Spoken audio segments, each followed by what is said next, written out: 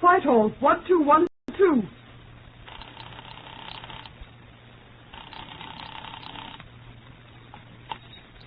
This is Scotland Yard.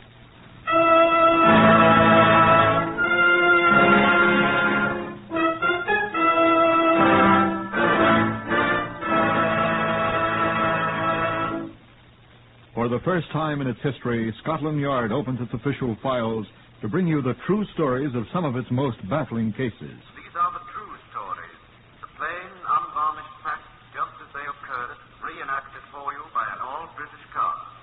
Only the names of the participants have, for obvious reasons, been changed. The broadcasts are presented with the full cooperation of Scotland Yard. Research for Whitehall 1212 is from Percy Hoskins, Chief Crime Reporter of the London Daily Express. The stories for radio are written and directed by Willis Cooper. Here is Chief Superintendent John Davidson of Scotland Yard, custodian of the famous Black Museum.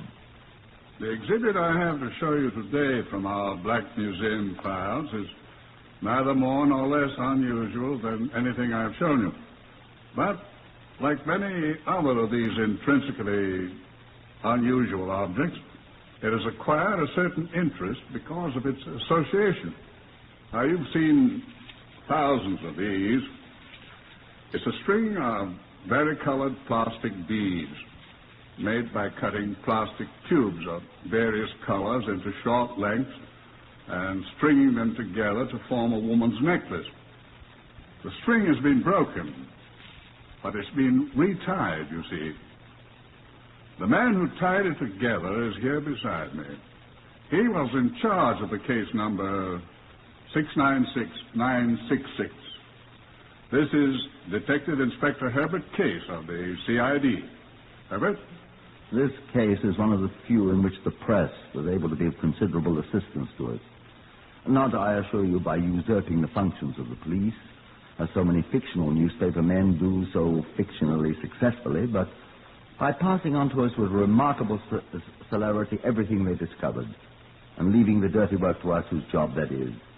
I applaud such pressmen, as does every good policeman.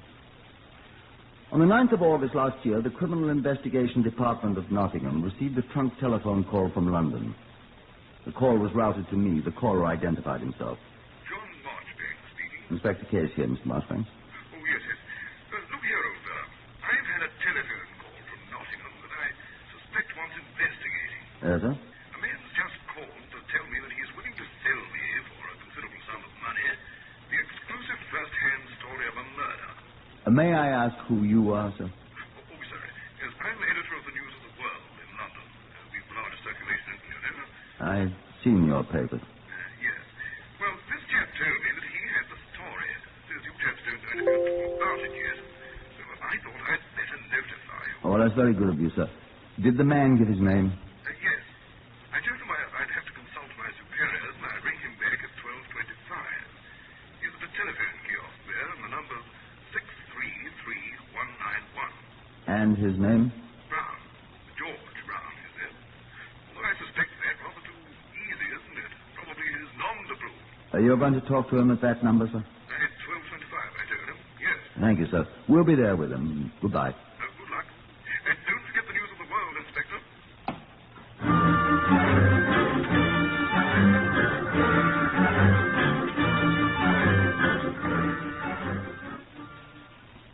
It was, of course, simple to determine the location of the telephone kiosk from the number. I proceeded there at once with Detective Sergeant Victor Mann to find a young man with excessively long hair talking rapidly into the phone. We moved closer to listen as best we might through the closed door. Nobody knows about it except Victor. Did you say that to him, Inspector? What place is I you understand? expect you'd better find out, Sergeant. All right, sir. Well, £150. I need them. Your name, George Brown. Excuse me, listen. I'll have that telephone, please. Look here, who are you? The ID cop, give us the phone. Hello, are you there?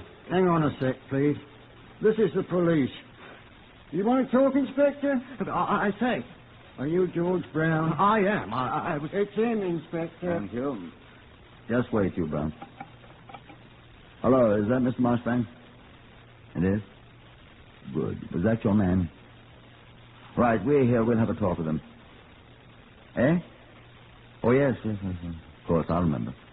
Thanks very much, sir. Now, Mr. Brown. Who are you, the police? We are. What's your cards? I was going to call you at once, officer, just as soon as I got finished with my London call. I suppose you tell us now. We're right here. May I sit down, please? On the bench there.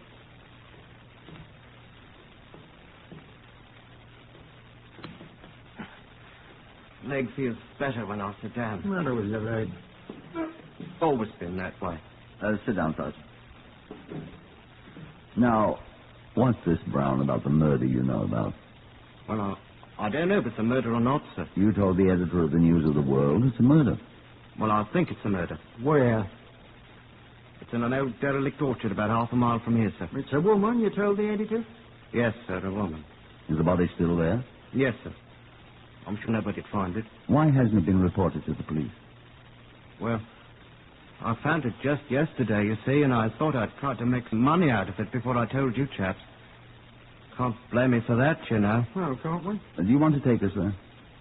Well, under the circumstances, sir, I suppose there's really no choice, is there? There is not. Come along. And on my leg, will you great oaf? I felt sorry for young George Brown as he limped along with us in the direction of his derelict orchard. Down Edwards Lane, past the Roxy Cinema and the Metropole Hotel, jabbering about his bad luck at every step. How'd you chaps get on with me? I'd have stood to make £250 if you hadn't butted in. 150 the bloke on the telephone was saying to you, or you were saying to him, cock. Well, 150 isn't hay, you know, until a fellow's out of work.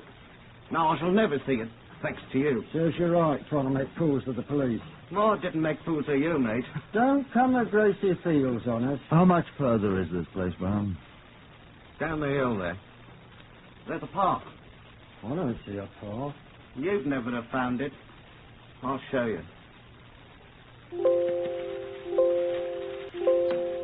Here, see? It's all grown over, but there's your path. Where's this body? See down there at the bottom? That pile of rain? It's a coat. Been thrown over. Who threw it over? How do I know? The murderer, very likely. How'd you find her? Saw beads lying on the path here. Oh, I'd better give them to you, hadn't I? You had. Oh, I'm sorry, I forgot them. Here. Better tie them together, hadn't I? How do you know they're hers? I don't know. Seems probable, though, don't it? Proceed. Well, come. Oh, I'm not going down there again. I've seen her. Now, come on, pal. No, I won't do it. It was tough enough climbing up and down yesterday with my leg. I'll stay here. You go on. Too right, you'll stay here. Shall I climb down, sir? I'll go. You stay here with the prisoner. Prisoner? I'm not arrested, am I? You are now. I arrest you on charge of willfully concealing evidence of a violent death, and I warn you that anything you say will be taken down in writing and may be used in evidence. That is for you, cook. What are you going to do with me?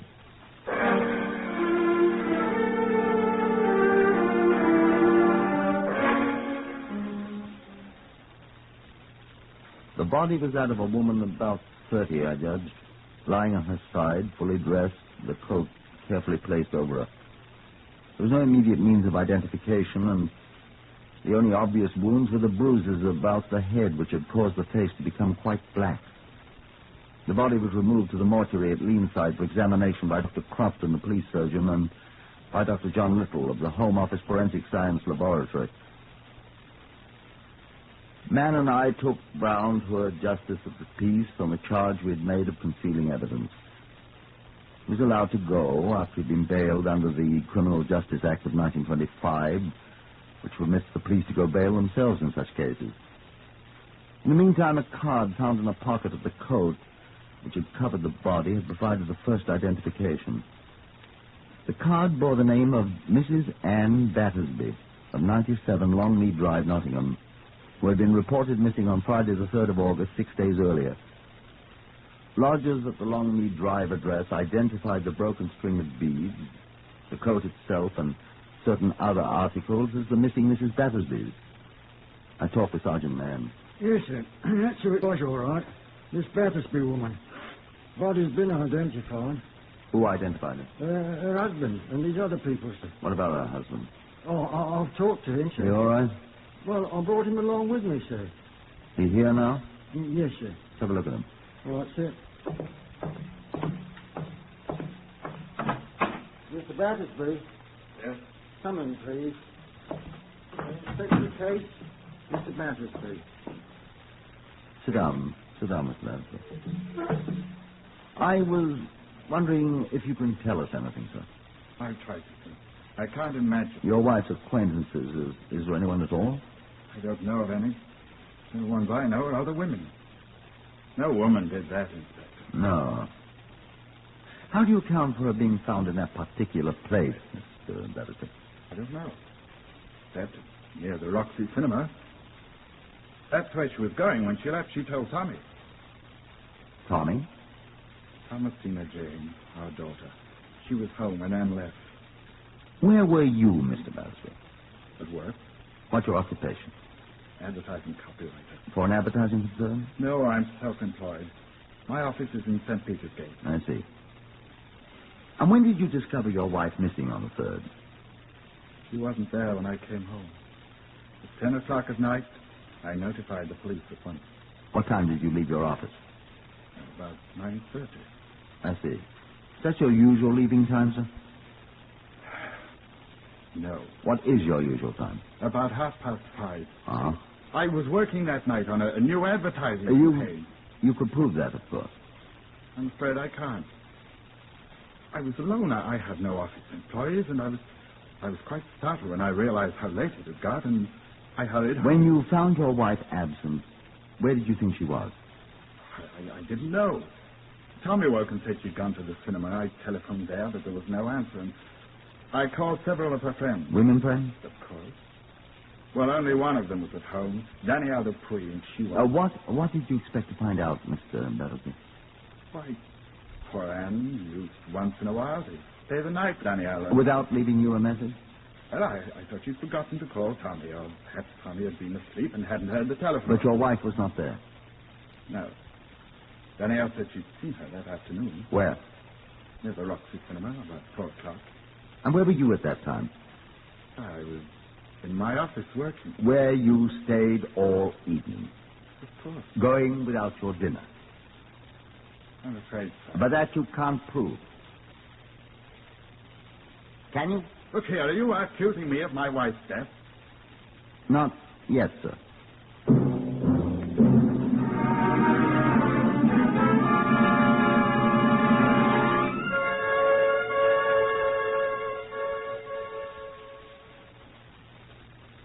Now, let me tell you what Dr. Little, the Home Office pathologist, said to me. I called on him the next morning, the 9th, at his laboratory, where the body had been taken for a more complete examination. He'd been working most of the night, and he was tired. Oh. Well, I've discovered several things, Herbert. Any progress? I let you decide. First, she's been dead for about a week. That, with the bruises on her face, which I think were made by someone's fist, accounts for the dark color of her skin. Almost black. Yes. She was murdered about the time she disappeared then. I think I can say so.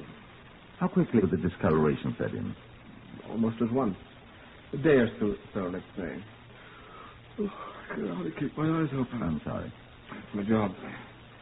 Second, she died of strangulation, suffocation. I think, remembering the bruises, it was manual strangulation. Yeah.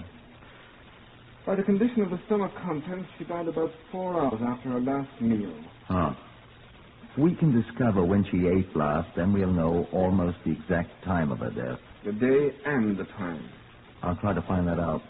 All right. Now, we used my little laboratory vacuum cleaner on her clothes. What did you find? Nothing much.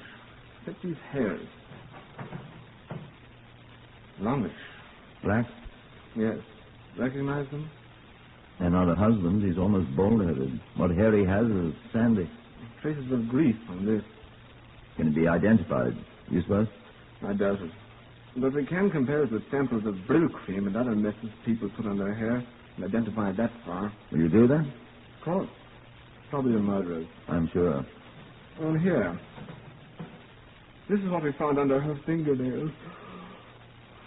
Oh, excuse me. More hair? Shreds of fiber. From her coat or dress? From somebody else's coat or dress. You think another woman, Doctor? Can't tell. Bring me the garment she clawed these bits from, and I'll prove that's what they're from. Oh. This house and microscope, my boy. Oh. I'd like to see those beads you were talking about, too. Sorry. What for? I want to see if they fit into these marks in her neck. Marks? I think the boil strangled her with her own beads. So do you mind clearing out and letting me get a few winks of sleep like a good man? You going to sleep here? Oh, the lady won't. Door.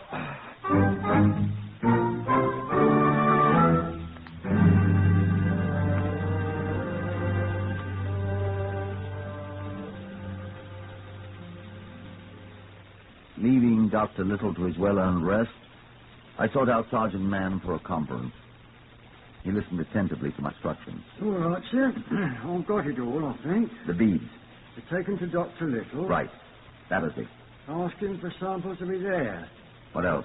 Look over his wardrobe and get samples of fibres from everything and bring them to the Forcenic laboratory. Oh, yes, and find out from him how to reach the Stanil du Puy. I admire your pronunciation, Sergeant. Well, the girlfriend of Mrs. Battersby. And ask her to come and see me. Ask her? Fetch her. Hope she's pretty. She's French. Honest Wolf, he lally pulls. What? French, I'll speak it like a native. Well, try it on Mademoiselle Dupuy. Try what, sir? Get out of here. Send in that man that's waiting. Man, sir? The newspaper fellow. Oh, the little fat man from London. Send him in. Yes, sir. You can come in, sir. Oh, thank you. Excuse me. I'm addressing Inspector Case, am I not? You are, sir. I take it you're Mr. Marshbank. Off the News of the World, London. I was speaking to you yesterday, sir. Very glad to see you, sir. Oh, thank you. May I sit down? By all means. Well, you uncovered a real one, Mr. Marshbanks. What brings you to Nottingham? I came down to see this murder story merchant, Brown. He telephoned me again last night. Oh, did he? Told me that you've arrested him. Well, teach him to conceal evidence. He's on bail now, but he'll get sent down for a few months when his trial comes up. What did he tell you? Tell me? When he telephoned you. Oh, well, I promised to give him £70 for his story, provided you had no objections. It's our type of thing, after all, you know. I'm down his price, isn't he? Oh, no, that was my doing. We're not in business for our health, you know. It's all right with you, provided, of course, that I show you the story first. I see no harm in it, as well. Oh, good. Thank you. Ordinarily, I'd let our staff man here in Nottingham handle it, but I wanted to get away from my desk, and I confess this intrigues me. Yeah. I say, I was thinking of something. Can't put down an old newspaper man, can you, Constable? Inspector. Huh? Oh, I am sorry. Of course, Inspector. That's many bloody things about constables in the paper, you know. I am sorry. Do forgive me. What are you thinking of? Oh, I was just thinking, what if this young chap turns out to be the murderer himself? Wouldn't that be jolly? Would be quite interesting, Mr. Marshbanks. I know what I should do. What? I should give him an extra £50. But only if his story is exclusive, sir. Only if it's exclusive, mind you. You're very generous, sir. It'll be worth it. Oh, it'll be worth it. Well, sir, if I allow you to leave me upon your lawful occasions now, I trust you will leave me to mine. Huh? I shall see you again before the day's over, sir. Oh, with my exclusive story, I promise you, sir. Good morning.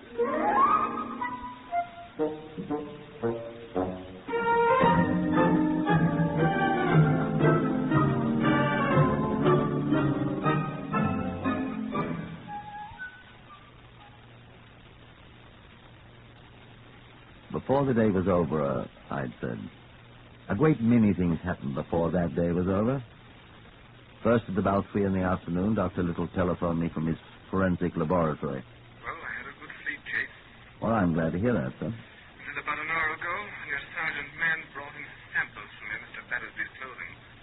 He sent them for them, he said. All right. I checked about half of them. They don't match the samples under her fingernails. Oh, they don't. Cheer up, Herbert. I've still got quite a lot to look at and compare. That doesn't match either. Sergeant Mann brought a sample of that. No, thank you. Well, I expected as much. Just thought I'd let you know we're working and I'm wide awake. I'm wide awake and we're working is better. So I'll ring you if I find anything. Good, thank you. I'll be here. As I sat down the telephone, there was a knock on the door. Yes? Come in. Thank you, Sergeant. It is the inspector's case, n'est-ce pas? I am the Inspector Case, yes, sir. This is Mademoiselle Dupuy, sir. Danielle Dupuy. Oh. I'd like to ask you a few questions, please, Miss Dupuy. The Sergeant Man? No, he has already asked me questions, monsieur. What have you been asking her, man? Oh, not about the case, sir. He asked me, do I know Anne Battersby? Yes, I say, and I do not. She is dead. Oh, hélas, ma pauvre Annie.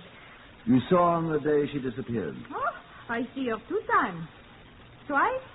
I see her twice, oui. Twice? Once, when she is about to leave for the cinema. The Roxy to see Une lettre pour 3 épouses. A letter for 3 wives. But I am making luncheon for me and my friend. And I am désolate I cannot go with her. Oh! What's the matter? Oh! I just think if I go with her, I am dead too. Oh, well, cheer up, Mr. Puey. You didn't go with us. Excuse me, sir. So what did you do then, please, Mr. Dupuy?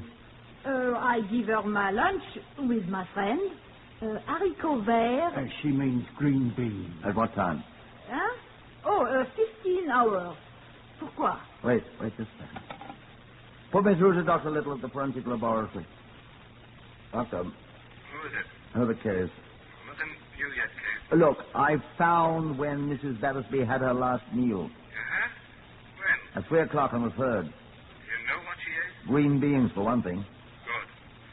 That's what the report says. At Chesterton, she was killed between 6 and 7 o'clock on the 3rd. That all? For now, thank you. Bye. And when was the other time you saw Mrs. Battersby that day, Miss Dupuy? It was about just before 5 minutes to 6. Where, Miss Dupuy? Hold it, Sergeant. Are you sure of the time, Miss Dupuy? I am always sure, Monsieur the Inspector, and it was on Edward's Lane, only just past the Roxy Cinema. And of that I am also certain. Did you talk with her? I did not. How am I to know who is this man she is talking with? Man? She is walking down the street, Edward's Lane, toward the old orchard, with a man, and he is talking to her. Would you recognize this man again, Miss Dupuy? Oh, I am not sure I would know his face for sure. Did he have a lame leg? How you know that? Did he? Why? I wish you had asked Mrs. Battersby to go with you. But I could not, monsieur. I had a very important appointment. Why do you wish so? Because I think you saw the man who murdered her about half an hour later.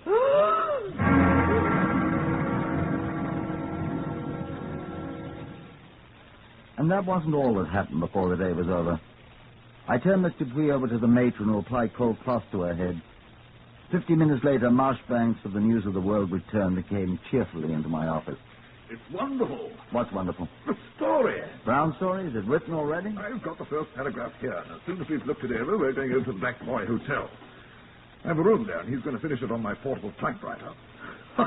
Never travel without the portable, made in Switzerland, you know. Used by correspondents everywhere. May I see the story? Of course. Wonderful idea. He calls it I Saw Something White. Isn't that a ripping title? What's it mean? Well, let me read it. As I slowly walked up the rustic paths in the derelict orchard, I saw something white on the path before me. What could this be? Raced through my mind.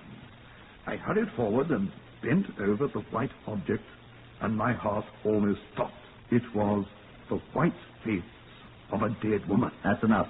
Don't you want to have the rest of it? No, I want to hear the rest of it from Brown.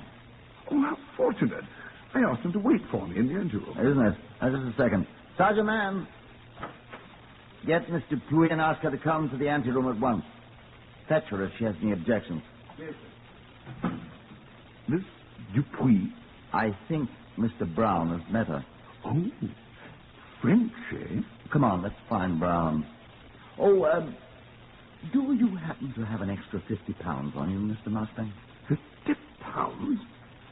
I think you're going to owe it to Mr. Brown. Eh? Your proposition, you remember. Come on.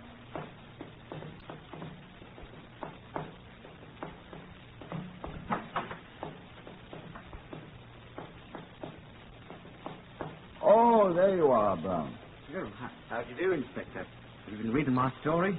The first paragraph, I mean. I found it very interesting. I like it very much indeed. Well, thank you. You said you saw her white face. Well, I thought that was rather a good touch. It was if you'd seen her face within an hour or two after you'd killed her. What are you saying? The combination of the blows she had received in the face and the strangling with her beads and the hot weather. Her face has been that ghastly black color since a few hours after she died. Mr. George Brown. Black, that's what I meant. Not Black. Oh, here you are, Mr. Dupuis. Have you ever seen this man before? Oh! It is he! It is the man with the limp. Yes, I have seen him. He is the man who did kill her. Oh, assassin! Oh! And this time the warning was a trifle different from the first time. George Brown, I arrest you for the willful murder of Anne Battersby. I warn you that anything you say will be taken down in writing and may be used in evidence.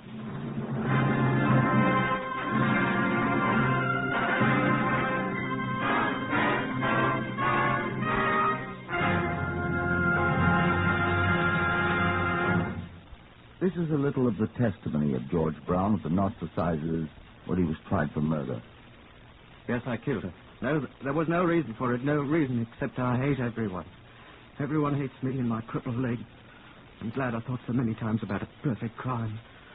She laughed at me once. I dragged my way down Edwards Lane. I promised myself she'd be the first to die, and after I'd murder her, I'd seek out the others who laughed at the poor cripple. So I asked her to help me over the road in the rough orchard. She laughed and she said about Harry. She didn't know she was going to die. I hate her. I hate you. I hate everybody. It's a crime if I hadn't tried to make money for the races out of it. Should have been satisfied with her life, strangling the lots and smiled out of her with her own paltry bead. I hate her. I hate her. There was a great deal of that. He was found guilty, but they didn't hang him. He was sent to the asylum for the criminal insane at Broadmoor. He hanged himself 5 months later. Poor demented boy.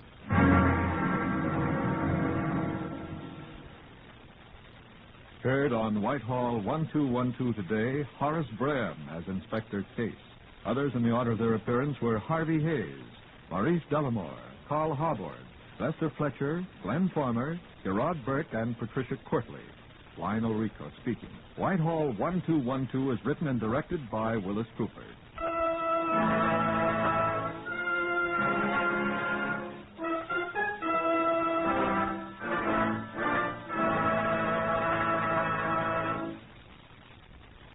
The CBS Radio Mystery Theater presents...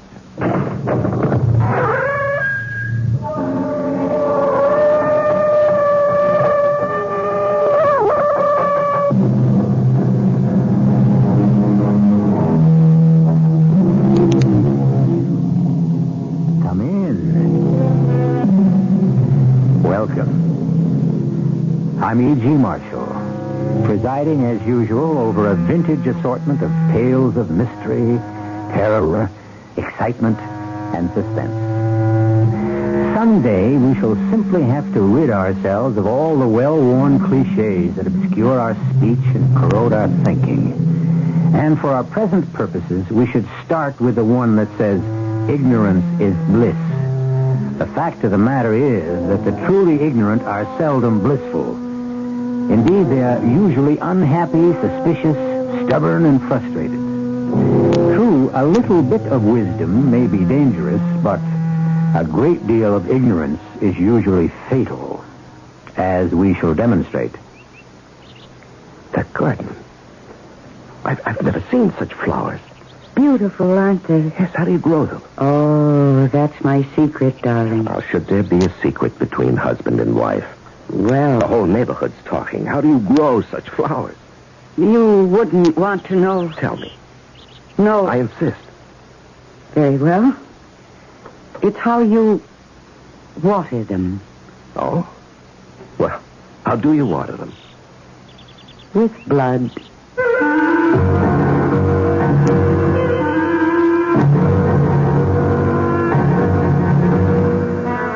Our mystery drama, The Flowers of Death, was written especially for the Mystery Theater by Sam Dan and stars Mercedes McCambridge. I'll be back shortly with Act One.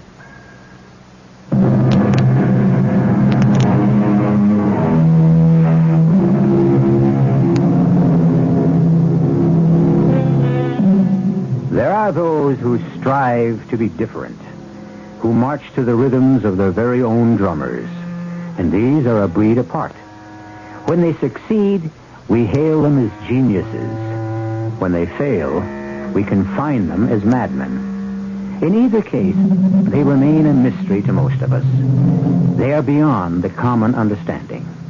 This is because, for so many of us, the usual tendency is to play it safe. The usual advice is, don't stick your neck out. The usual goal is to be like everybody else. Don't rock the boat. Don't make waves.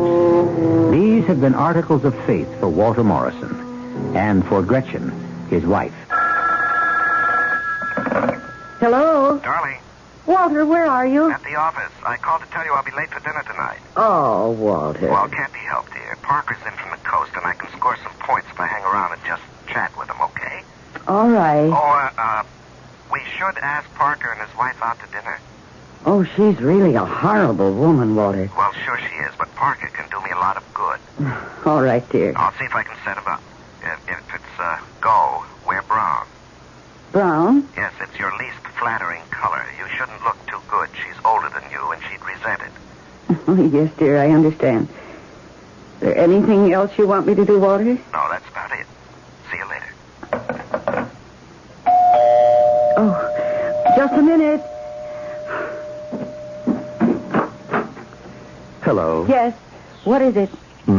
I was right. You were right about what? About you. Oh, look, I don't buy anything from door-to-door salesmen. In that event, may I trouble you for a glass of water? Water? Actually, I'd prefer a glass of wine if you had it. I suppose it's an odd request. In this century, in this place, in this time, the concept of hospitality has ceased to exist. Sir, I'm really very busy. Now, consider your ancestors. They would have invited me inside with a hearty welcome, prevailed upon me to stay for supper, spend the night. I'm really not interested. Today, the stranger who rings the doorbell is directed to the nearest motel, if indeed the door is opened at all. Oh, you'll have to excuse me. My telephone is ringing. No, it isn't. I warn you, I'll scream for help. I'll call for the police. You simply don't know how to handle this at all, do you? What do you want? What are you selling? What do you need? I already told you I don't want to buy anything. That's not what I asked you. I asked you what you needed. I don't need anything. Now, please just let me close the door. Is that really true, that you don't need anything? Yes. You have everything your heart desires. Yes, now please. Love, happiness, fulfillment. Yes. Think carefully. Don't answer quickly. I told you I don't want anything you're selling. I'm not selling anything. Well, then why did you ring my... As I was walking by, I saw you at your window. You reminded me of someone I knew a long time ago. I'm really not interested. You should be. I mean you no harm. Then what? I saw your face. It reminded me of someone I loved once. But I can't remember her name. Oh, please, I'm frightened. Don't be afraid. You remind me of her. But who was she? There were so many. I must tell you, I loved deeply and with all my heart, but not for long. Never for long. Who are you? God.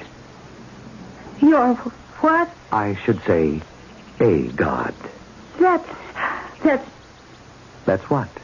impossible. Why?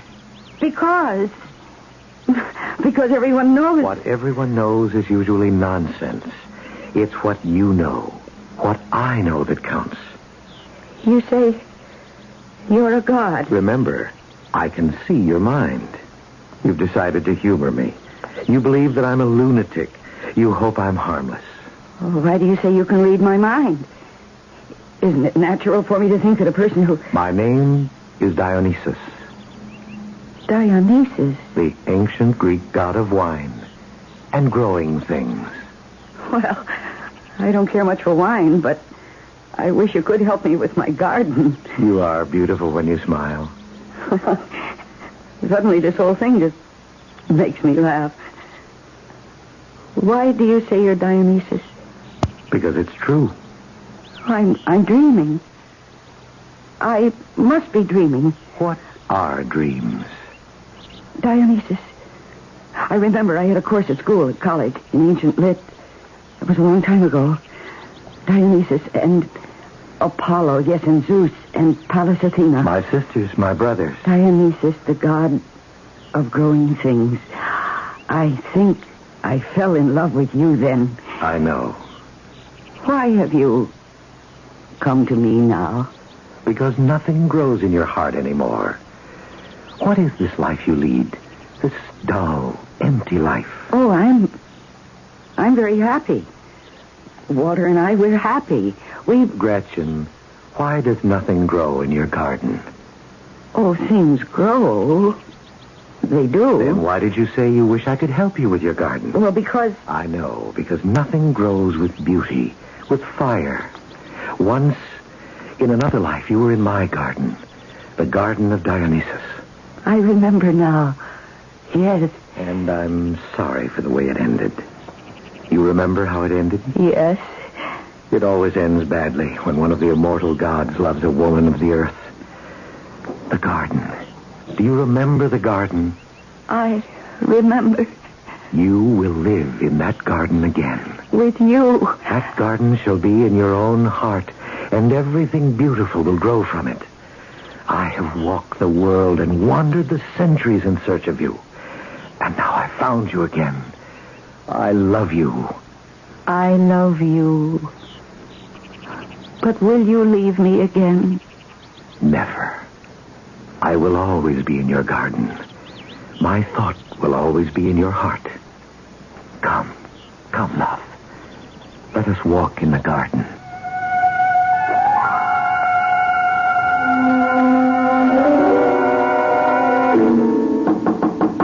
Come in.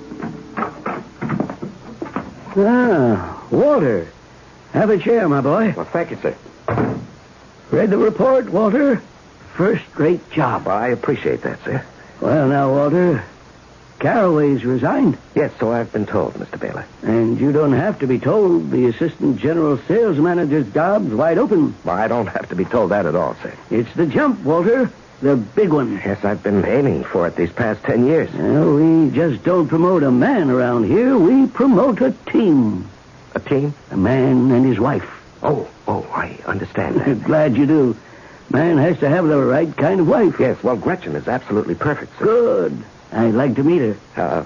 Well, sir, may I invite you to our house for dinner? Well, thank you, Walter. I accept.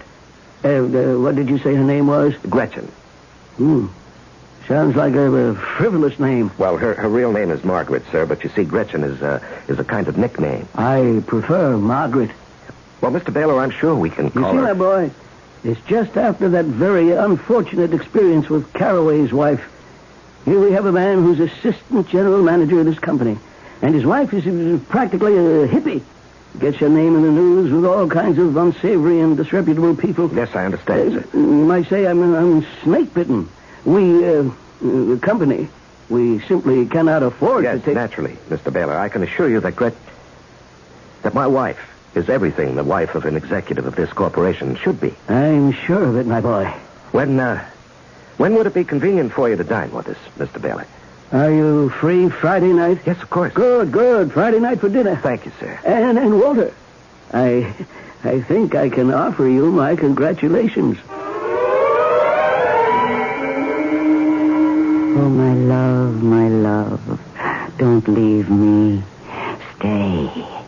Margaret, are you all right? My love, you're not going.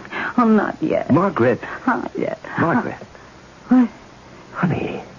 Oh, I was dreaming. Well, this is, unlike you to just nap on a couch in the living room. Are you all right? Yes. It was only a dream. Oh, but I don't have dinner ready. I must have fallen asleep. Well, that's all right. I'll take you out. We'll celebrate. Celebrate what? It's happened. Assistant General Sales Manager. Oh, Walter. Remember that's what we aimed at 10 years ago? Well, today we hit the target. Is it official? Just about. Only one tiny detail. And that is? You. Me? What have you got to do with it? Everything. Oh, I don't understand. Now, listen, Margaret. Why do you think Caraway resigned? What did you call me? Margaret. Oh, my name is Gretchen. Well, yes, perhaps, but Gretchen comes from Margaret. Oh, I don't like Margaret. That's why I call myself Gretchen. Well, Margaret suits you better, dear. It's more mature, more dignified. I don't think so. Well, Mr. Baylor does. Well, why should my name be any of Mr. Baylor's business? Darling, before we get sidetracked, I asked if you knew why Caraway resigned. What does Mr. Baylor have against my name? Caraway didn't jump, darling. He was pushed. His wife didn't fit in. What does that mean? Evidently, a man's wife has to fit a certain image in this corporation. Well, I was never involved in any of your business things before. Yes, I know, but now it'll be different. Why did you say Mrs. Caraway didn't fit in? Well, she wasn't too careful about what she said. Why? What did she say? Well, you met her. She's the type who says a lot of kooky, oddball things. All I know is that she said to me she couldn't take this rat race seriously. Well, a corporation is supposed to be your life. You just can't say things like that in front of people like Mr. Baylor. Well, do I have to meet Mr. Baylor? Darling, what's gotten into you? Walter, is the company your life? Well, of course it is. It's always been. It's my career. It's our living. Now, that should answer that question. Now, you're going to meet Mr. Baylor here Friday night. He's coming to dinner. Did you have to invite him? He wanted to look you over here in your own setting. Why? Well, to determine whether you'd be an asset to the company. I see. Darling, what has gotten into you? Why all these questions? I'm sorry. I had this dream. About what? I can't seem to remember. All right, forget it. Come on, now. Let's go out to dinner right now. Okay. And Walter, you're Mr. Baylor, I promise you, he'll be proud of me. Darling, I know that. Now, where would you like to eat? Oh, anywhere. Now, just remember, we can now afford the very best. Walter, look. Look. What is that? The garden. What about the garden? Look at the flowers. Well, where did you get those flowers? They weren't here this morning. Look at those colors. Did you ever see such colors? Yes, red, such brilliant red. Roses and carnations and... I've never seen such beautiful flowers. The garden. Our garden. His and mine. What did you say? It wasn't a dream. It wasn't a dream. Well, where are we? We have a quiet, rather shy and self-effacing middle-class suburban housewife just this side of 40. A stranger rings her bell, announces he is an ancient Greek god, Dionysus, and that he wants to be her lover once again. Notice that again. Well, it has to be a dream, you say, sure. But how about the sudden blooming of that lush, brilliant, beautiful garden? How about it? Further growth must await my return in just a few minutes with Act 2.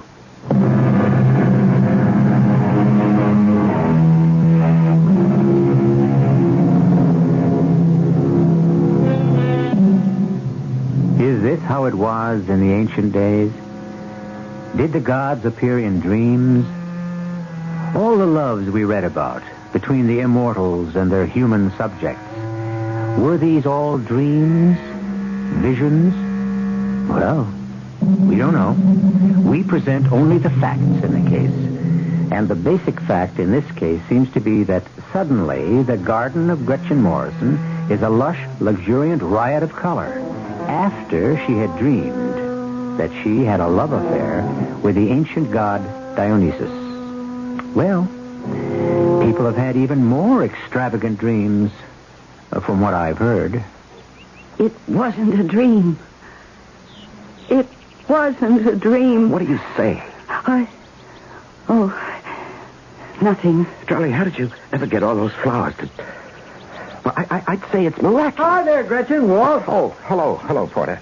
How's the golf? Hey, what have you folks done here? Well, you know, Margaret, she just putters around in the garden. Margaret? Who's Margaret?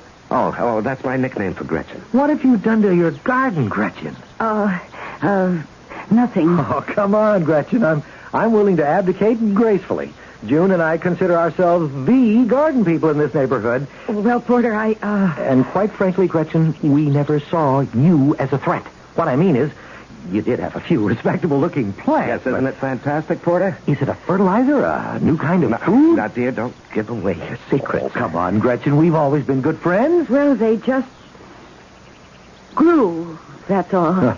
Oh, very shrewd, and I don't blame you. Every one of them is a sure winner at the Garden Club show next month. Well, just think, Porter, this will be the first year you're not going to win. I'll get to the bottom of this somehow. Yeah, well, good night, Porter. Night. Margaret, how did you raise those flowers? How? Oh, I suppose you could call these the fruits of love.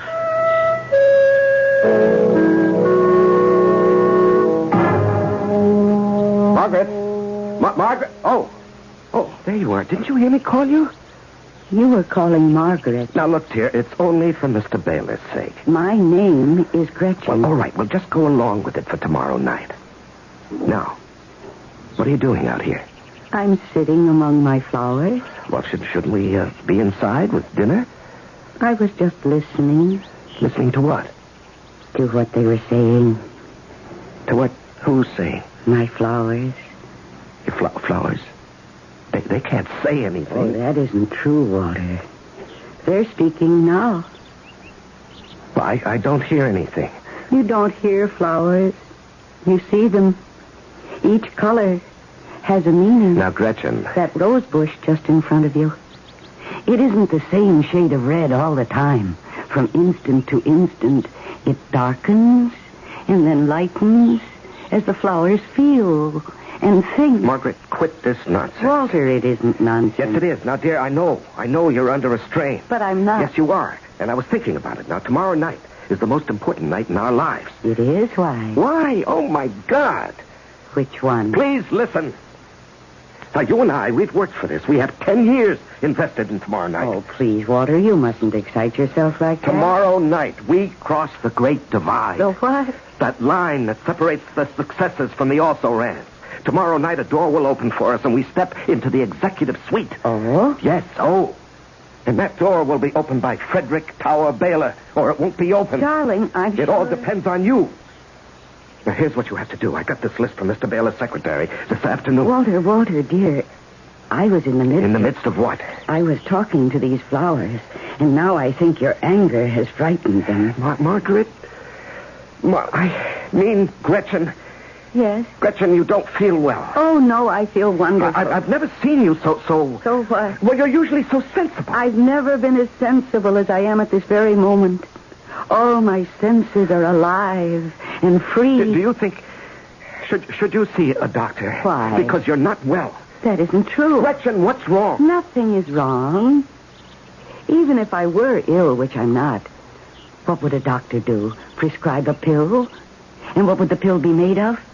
From the essences of the very plants and flowers and growing things right here in my very own garden. So you see, all I need to do is just stay here. Now, would you look at this list? Mr. Baylor is a steak and potatoes man. Is he? Dinner should be no problem. Just the steak, French fries, a salad, and ice cream. And he likes the steak rare. Rare? Yes, practically raw, with the blood just about dripping from it. He's very close to the primitive, isn't he? You're Mr. Baylor. Now, look, let's not even joke about it, all right? And furthermore, he isn't my Mr. Baylor. He's our Mr. Baylor. It's our future. My dear, I shall not disgrace you. These past few days, I can't follow things around here. It's these flowers in this garden. Yes? And the way you've been talking. Which way is that? I don't know, but it isn't your usual way. You're not the same person. Oh, but I am. Oh, no. There's something very different about you. Now, please, dear, on this tremendously important night, don't do anything that would spoil anything. Walter, I don't like the look on your face. What are you talking about? That look. No human being should appear that troubled. Well, it's important. How many times do I have to remind you? Nothing in this life should be that important. You look as if you could kill somebody. Well, maybe I could. After all, if you're out to make it in this company, you have to be a killer. Walter. I don't mean you have to commit murder exactly, but you have to step on people and, if necessary, destroy them. Eliminate them as rivals. Well, that's committing a kind of murder. Well, look, why are we standing around here and talking about it? Have you destroyed many people on your way, Walter? Oh, now, what kind of a question is that? Have you? I suppose I've sidelined a few in my time. Walter. Well, it was them or me. Now, come on, this whole conversation is out of place. Now, about tomorrow night. Walter, my dear, I shall not disgrace you.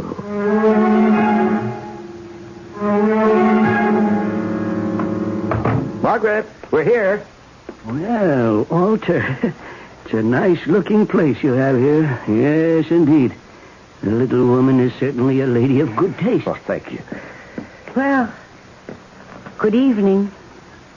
Dear, I would like to present Mr. Baylor, who is Executive Vice President. How do you do, Mr. Baylor? Hello.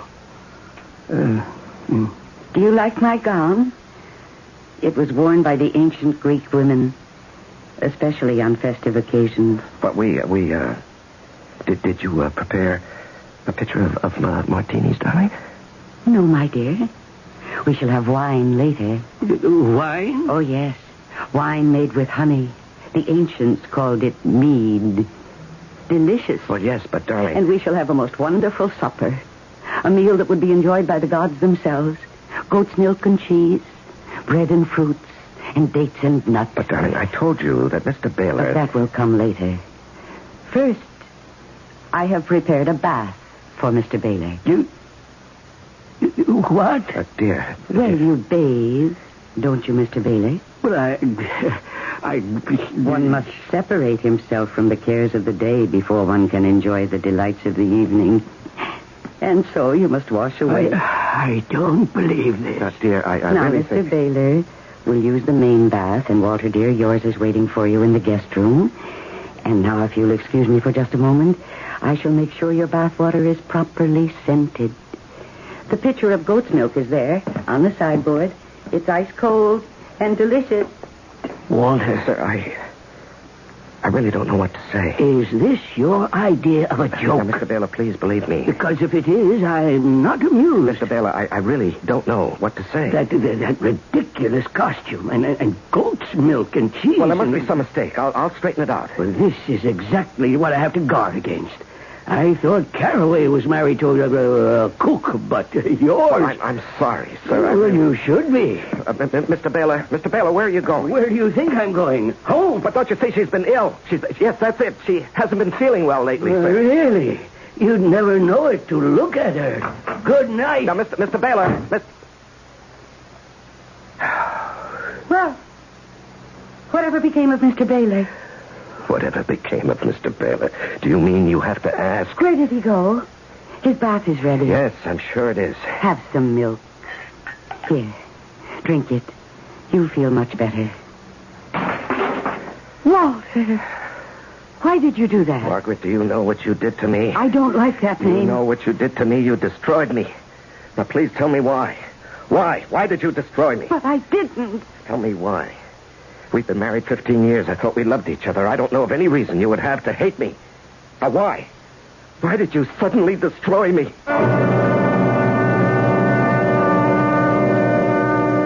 How many marriages are there like this? A man works hard with a single-minded dedication to getting ahead in his company. His wife sits at home, gardens, does some club work, but mainly and mostly, she waits for him. The big thing in their lives is the job, the career, the company.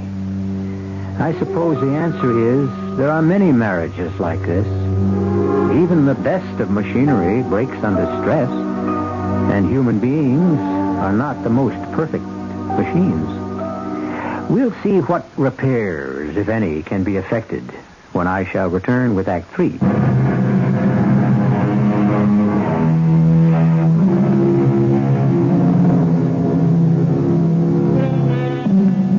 There's a man who shares your bed, your board, just as you share his. You share a bank account, automobiles, a house, a boat, a place in the community. And then one day it becomes clear to you that you don't share each other. That is, you share things, but you really don't know each other. As a matter of fact, you're strangers. You've been married for 15 years, and you're strangers. I don't want to discuss what happened here this evening. But what did happen? You deliberately ruined whatever chance I had to become assistant general sales manager. Well, if you have the ability, how could I have ruined your chance? Because in this company, ability isn't everything. Well, then in that case, quit and take a job in an outfit where it is. Oh, you just don't understand. And I don't have time to explain it, but you're ill. No, I've never felt better. What you did tonight, was that the action of a rational woman? I think so. Would you do something for me? See a doctor. Why? Oh, Margaret. See, that's what's wrong with me. You call me Margaret. Well, that's just for Mr. Baylor's benefit. Well, he isn't here now. And why should I give up my identity for the sake of your boss? Isn't it bad enough that you gave up yours? Margaret, what's gotten into you all of a sudden?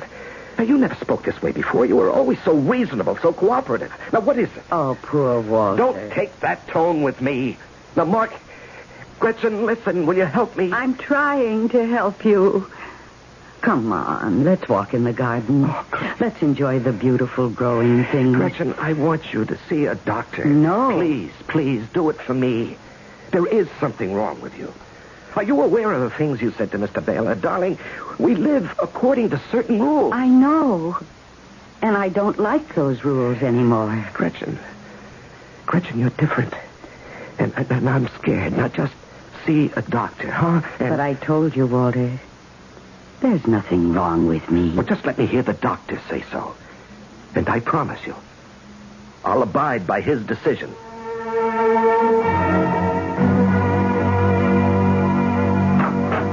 Mr. Baylor? Yes? May I come in, sir? I am busy. This won't take a moment.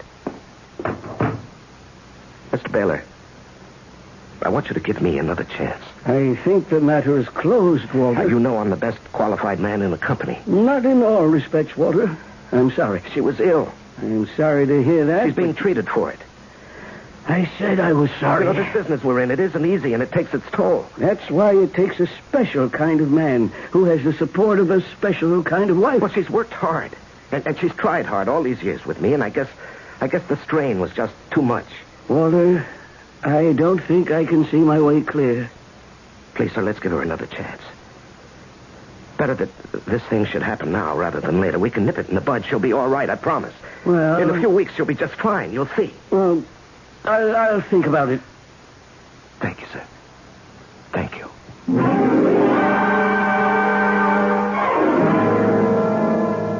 And he said his name was Dionysus? Yes, Dr. Marks. And don't tell me he didn't appear. If you say he was there for you. Why should the name Dionysus occur to you? Where did you ever hear it before? Well, I suppose in college in the study of mythology. And that was years ago. I never even thought of it. But you absorbed it. And you now have the classic conflict between Apollo, who represents duty, and Dionysus, who is desire. But I never... All people face this battle. In some, it rages with more fire. In some, the flames are banked. But in no one is it ever dormant. But the garden, the flowers and plants, and the growing things, how do you account for them? There's a reasonable, rational explanation. A sudden coming together in one spot of wind, water, soil. But this garden, he said, and I know, it's the fruit of love. Our love.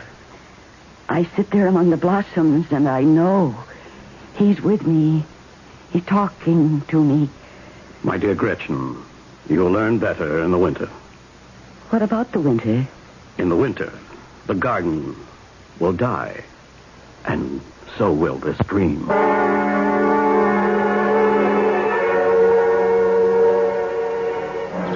Yes.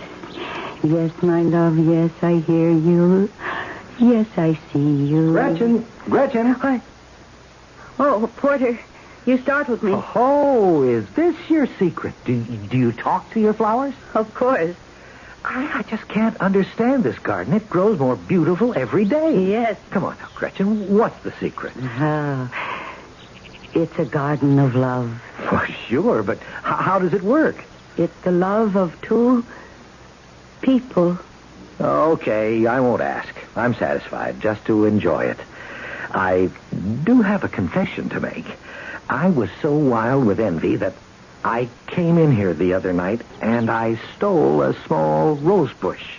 But you could have asked me for it. I planted it in my garden and the next morning it was dead. Oh? I was careful. I handled it gently. I watered it and fed it. But it died. It withered completely, as if it had died a long time ago.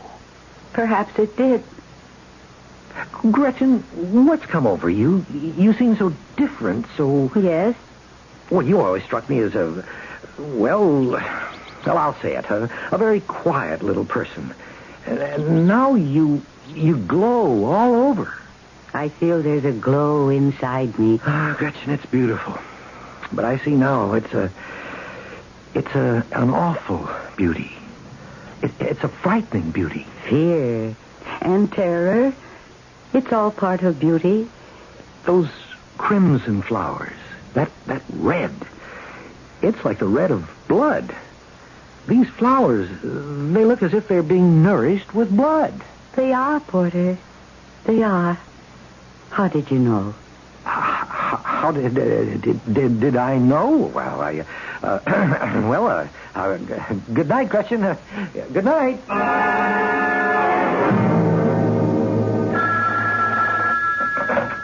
Hello?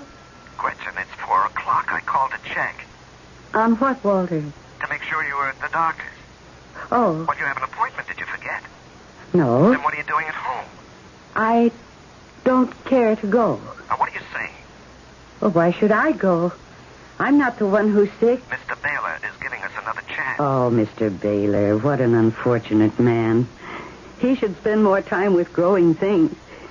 Bring him home with you tonight. I'm on my way right now, this minute. Now, don't you go anywhere. Why, Walter, where would I go? Drink this, Walter. You'll feel better. Darling, I spoke to Dr. Morris. There is something wrong with you. Now, why don't you help yourself? There's nothing wrong, dear. How can you say there's nothing? I feel alive, Walter. All of me, every part of me. Come to the garden with me, Walter. You live, you love, like a god. Yeah, something's come over you. Don't ask me what, but a week ago, something happened. Yes. Something happened. You changed. Well, I can hardly believe you're Gretchen, my wife. I'm Gretchen. You had sense. You had a knowledge of life. Well, you and I, we worked together toward a goal. Yes, dear. But I found a better goal. You did? What? Love. Love? That was the secret.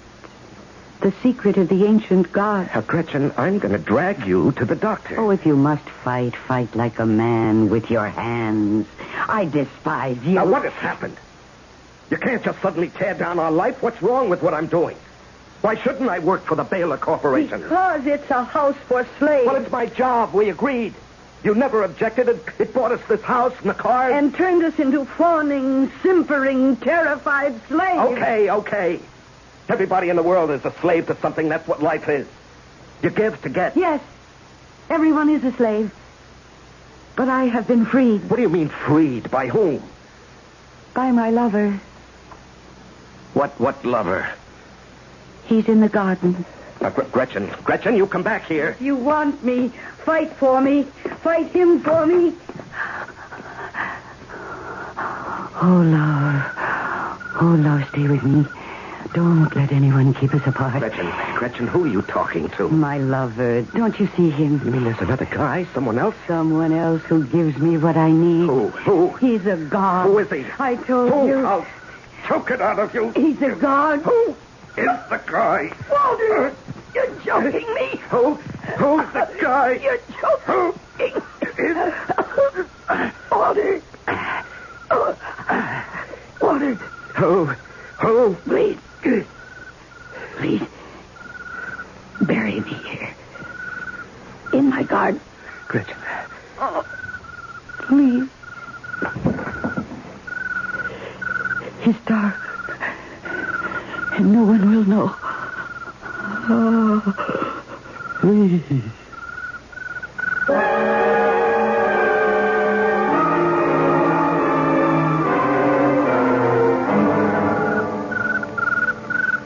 Hello, Porter. Hello, Walter. Just dropped by to see if there's any news of Gretchen. No. Well, keep your chin up, fella. Maybe she'll come back. Yes, I hope so. Did you two have a fight? Well, it was, more of a misunderstanding. Oh, I'm sorry. Have you notified anyone? Well, I reported it to the police, but, Oh, and Dr. Marks said that she must have wandered off. Funny how the garden, that beautiful garden, just withered without her. Yeah. She was right. She said it was the fruit of love. Without her love, it just... Yeah. Well, I just don't want to take up too much more of your time. No, it's all right. I wish I could figure out why those luxuriant plants grew so suddenly, and just as suddenly they died. Well, you know what Dr. Marks said, sudden coming together of sun and rain, soil, water. Yeah, that's right. She's an inscrutable gal, that Mother Nature. We'll never know. I guess not. Well, this is a good chance for me to say goodbye. I'm off on a trip. Oh? Yes, I, made general sales manager. Oh. Finally, yes. Poor Gretchen. Came too late for her. How she wanted it, how she would have enjoyed it. Well, say goodbye to June for me, huh? Okay, Walter, I will. Walter, is it my imagination? What? The garden. What about it? Those plants. They're dead. Walter, that color, that crimson color, the scarlet color. Look. Why, that looks... That's blood. Blood. Oh, you're crazy. It's just color. Am I? But just look, blood on all the withered blossoms. Fresh, bright blood all over the garden. Gretchen. What do you mean, Gretchen? It can't be her blood. It can't be. Well, whoever said it was. It can't be because there was no blood. What do you mean there was no blood? When I killed her, there was no blood. She fell, you see? And she struck her head hard against the tree, but there was no blood. Walter, do you know what you're saying? I can prove it. Dig her up, you'll see. There is no blood. No blood.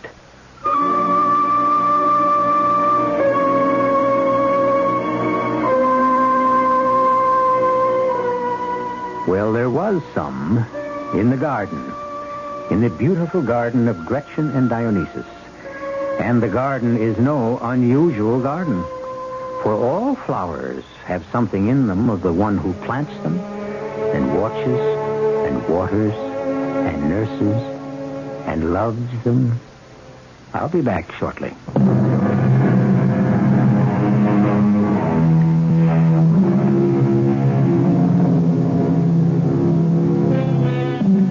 The struggle, the never-ending struggle between Apollo and Dionysus, between duty and pleasure, between what we want and what we must settle for, is fought inside each of us. And sometimes it's Apollo who conquers, and sometimes Dionysus. Happy, however, is he or she where neither has conquered, but where both spirits can live side by side in peace and quiet. But too much quiet gets boring after a bit, so make sure we disturb yours tomorrow.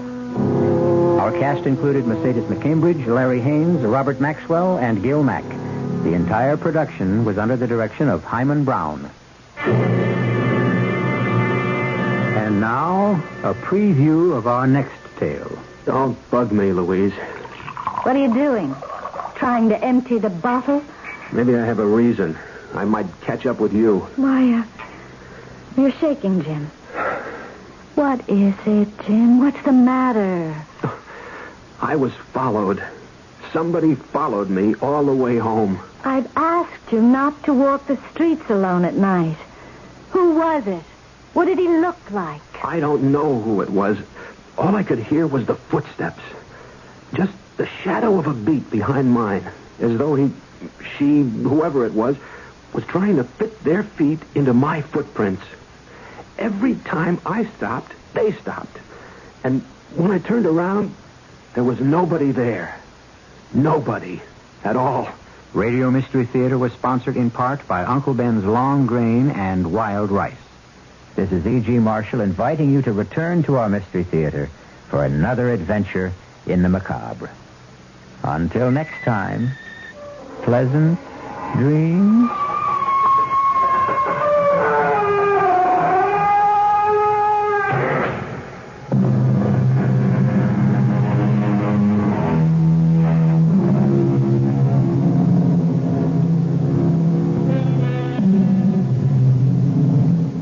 This is WEEI Boston.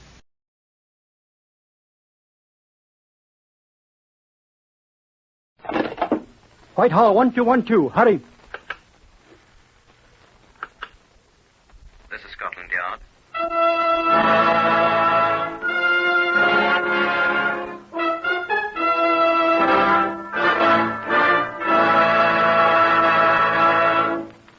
For the first time, Scotland Yard opens its secret files to bring you the authentic, true stories of some of its most baffling cases. These records are drawn from the Scotland Yard files, and only the names of the participants have been changed. The research has been prepared by Mr. Percy Hoskins, chief crime reporter for the London Daily Express. The stories for radio are written and directed by Mr. Willis Cooper. Here are the principal participants in Scotland Yard case number 397 MR381. Stanley Russell, shop clerk. Mr. Russell is not to be found. Mrs. Hope Russell, his wife. Mrs. Russell was reported missing on the day before Good Friday. Adolf Hitler's Luftwaffe.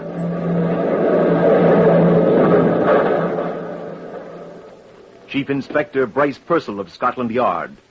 I should like to introduce Deputy Commander William Bird of Scotland Yard, my superior officer.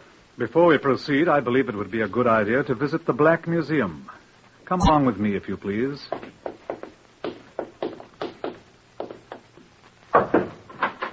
After you, sir.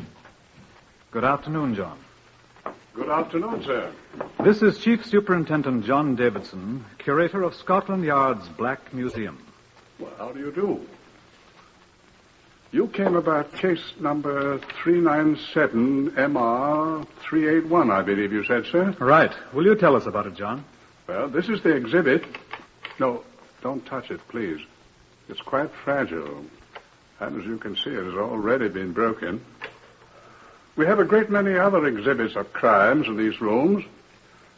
Murder weapons, blood-stained garments, bullets that have snuffed out many lives, death masks and many notorious criminals.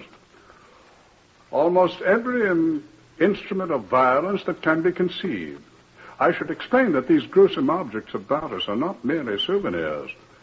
Many of them have aided our men in solving other crimes and bringing the perpetrators to justice. Now, this one. Tell us what this thing is, John. This is Mrs. Hope Russell.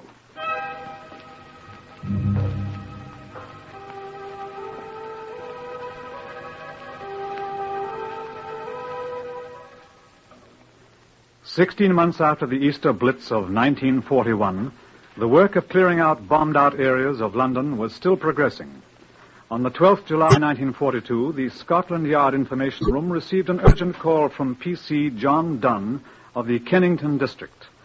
A patrol car in which Chief Inspector Purcell was riding was dispatched to the scene, a partially destroyed Baptist chapel. I was directed to the spot by P.C. Dunn, who was on point duty at the road intersection. Right over there, sir, where you see the men standing. They found something, sir. The navvies that's working here. Right, thank you. Morning, boys. Morning. What have you found? Who are you, mate? I'm Chief Inspector Purcell, Scotland Yard. What's up? Down, sir? Down there. In that hole, sir? Yeah. It's an old burying vault, sir. What is it? A skeleton, sir. He's dead. Up down, Georgie and Sean with your torch. All right. There you see, sir. Here he is. Stand to one side, will you? He's off under this stone slab, sir. See? I see him. Well, what's so strange about a skeleton in a burial vault? There ain't been anybody in there since 1934, sir. 1935. I was in that gang that moved the old corpses out of here, Herbert. It was 1934. We didn't leave 'em one. God bless you. It's the quicklime down here, sir. Quicklime? How'd quicklime get down there? You're the detective, mister. We just work here. The badly burned skeleton was removed to the pathological laboratories at Scotland Yard, together with the other articles found in the vault. A considerable amount of quicklime and a half-burned straw pelleas which had partially covered the remains. There was nothing else. I stood beside Keith Briggs, the Home Office pathologist, while he completed his examination. What do you think, Keith? I asked. Well, she's dead. She? Well, it's a woman, all right. No question about that. The hip bones are characteristically a woman's. So is the sacrum here, and... How old a woman? Oh, middle-aged, I'd say. See, the bones are fully developed, so we know she was full-grown. And there were one or two strands of long gray hair adhering to the skull. Here they are. And then the teeth here. What about them? Well, you see, they're pretty well worn. Now, you see here, in the upper jaw, 7 of the uppers are missing. Now, see these ridges? Yes.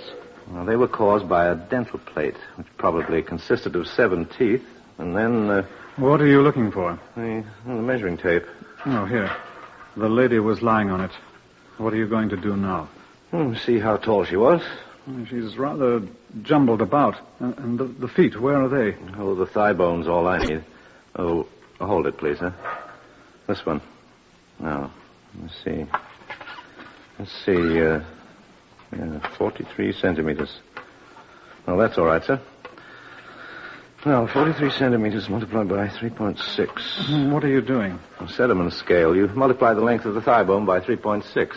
Man's, that's 3.7. And you get the exact height.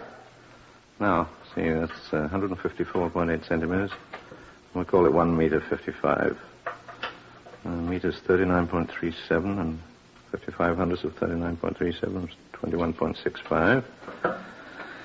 Now, 39.37 plus 21.65, that's 7, 5, 12, 6, 9, 10, 9, 10, 11, 3, 5, 6, 61.02 inches. There. She was 5 feet 1 200 inches tall. In a word, 5'1". What was her name? Whatever her name, sir, she was murdered. Consider that I've asked the question. Eh? Oh, how do I know? Well, this bone here. Where does it fit? This is what she talked with. It's the voice box, the trachea, the throat. Look, see these little wing things up here? Now, you see this one? See, it's broken. Well, this is one of the most significant fractures in all forensic medicine, sir. Why? There's only one way to do it. Oh, come on, man. Don't come Sherlock Holmes on me. How do you do it? Well, I was about to say by manual pressure on the throat, sir. Strangulation, you mean? Intentional strangulation, sir. There's no other way. And then there's the quicklime. Surely you know that quicklime will not destroy a body, sir. Yes, I know it, Keith. But murderers seldom do.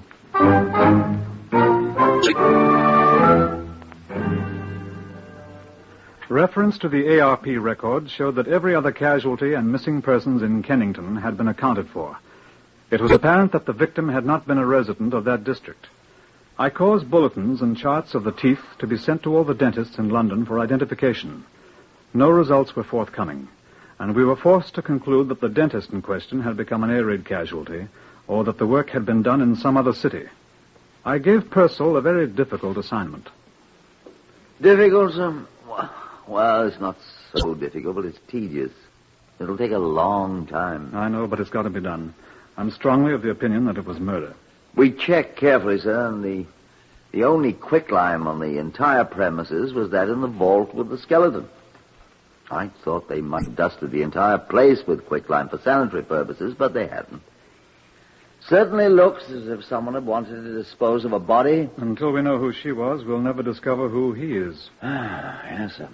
Well, I'll get cracking. I'll need men to go over the missing persons registers, sir, to find the names and addresses. Every woman 5 feet tall, of middle age with gray hair, who is still missing now. And then I'll need more men to make inquiries of all the next of kin to see which of them wore false teeth. And to find out which one wore an upper plate that matches the one in Briggs's chart here. It'll take a good many men and a good bit of time, sir. You can get the men, Purcell, and we've got the time. Good luck. Oh, thank you, sir. Nothing whatever happened for 2 weeks, except for the unrewarded activities of Purcell's men. I had a minor inspiration about the 7th day. Put me through to Sergeant Bowles, please. Commander Baird here, Sergeant. I should like you to send me all the file copies of the Metro operations for the period 2 weeks before to 2 weeks after the Easter Blitz of last year, please. Yes, at once, if you please. The Metropolitan Informations is a daily newspaper containing digests of all the crime news. It is usually invaluable. I pored over every issue, looking assiduously for an item that might prove of some help. I had reached the end of the first week after the date the Kennington Chapel was destroyed with no results whatever when Purcell reported. Found, sir. Oh, good. Here is the missing plate. That's much better than I'd hoped for, Purcell. Apparently the plate hurt her mouth. She often left it at home. As a matter of fact, I found it at her sister's. Oh? I stopped upstairs to see Keith Briggs in the laboratory, and they fit exactly, allowing for the fact that there's no flesh on the jawbones. Here's Keith. Is that right, Keith? That's right, sir. And the marks on the skeleton's teeth coincide exactly with these little clamps here. I've brought the skull down. Yeah. You see, sir? She looks very fine. Congratulations, Purcell. Thank you, sir. The only thing is, she was reported missing 3 days before the raid that destroyed the chapel. She was? It's in all the records, sir. Where were you, madame? She might have been hidden in the vault. Immediately she was murdered, sir. And then the fire, when the place was bombed... It must have been quite a hot fire. Let's see. The Kennington Fire Brigade, please. Yes. Oh, what's her name, Purcell? Mrs. Hope Russell. Russell. Hope Russell, to use... Oh, hello. Is that the Kennington Fire Brigade? The senior company officer, if you please. I'll wait. Hope Russell. I've run across that name somewhere. Yes? Thank you. Hello, this is Commander Baird at Scotland Yard. Do you remember during the Easter Blitz last year when the Baptist chapel was destroyed there in Kennington? What I wanted to know was that a very severe fire... What? There was no fire? What? No fire whatever when the chapel was destroyed? Oh, 2 days later. How very curious. It was reported by whom? The Kennington police. Or wasn't there a... Oh, look here, old chap. I'm sending at once for their divisional superintendent. Could you possibly come along with him to my office at the yard? Yes. I'm afraid it is rather important. I'll have him pick you up in his car. Thank you so much. At once, yes. No fire. Keith, would you mind? Get him and the fire chap over here at once. Use my name. Ask them both to bring their records for that night. Please. All right, sir. No fire, eh? What's that woman's name, Purcell? Mrs. Hope Russell. I knew I remembered it. Look at this. Metro Informations, eh? Look under articles lost and found. I was just reading it. Lost and found. Here, the third item. Read that. Found by Postmistress Guilford, Surrey, in the post office yesterday, a woman's purse. Black leather, plain, strap. Contents, lipstick, comb, mirror, 2 London tram tickets, 11pence in coin, ration book, identity card, issued to Mrs. Hope Russell. Well, what was she doing in Guildford? Look at the date of the paper, Purcell. April... What was she doing in Guildford 3 days after the air raid in Kennington?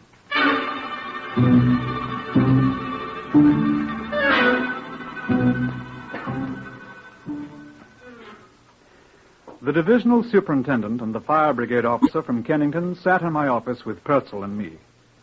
I looked at the fire brigade records first. Now, here, sir. This is the day of the big raid when the chapel was destroyed. Good Friday evening, 11th of April, 1941. Yes. Every call is set down in the occurrence book here, sir. Yes, I know. Together with all the calls to the auxiliary fire service, the civilians, sir. Yes, I know. And you can see there's no report whatever of a fire at the Kennington Baptist Chapel from either source. Quite. But over here, sir, on this page, Tuesday the 15th, 4 days later, 11 o'clock p.m. You see, sir? Mm-hmm. Chapel and so forth. Report telephoned in by Kennington Police Station. Do your records correspond, Superintendent? I'll read it to you, sir. 10:57 p.m., Tuesday, 15th of April. P.C. Allison telephoned to report a fire at the ruins of the Baptist Chapel.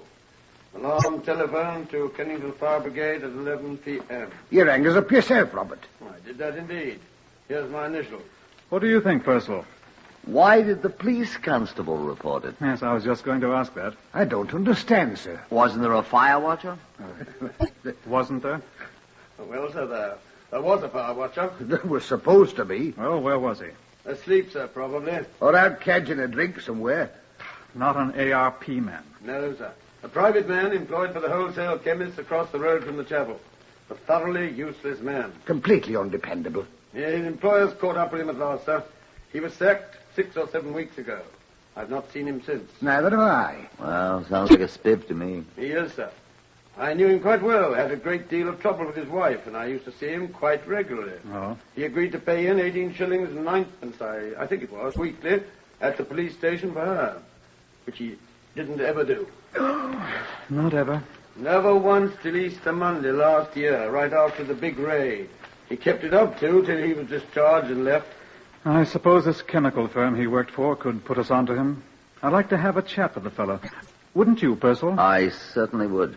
I'll telephone them now and ask them if you'll give me the name of the firm and his name. Oh, his name is Stanley Russell. Russell?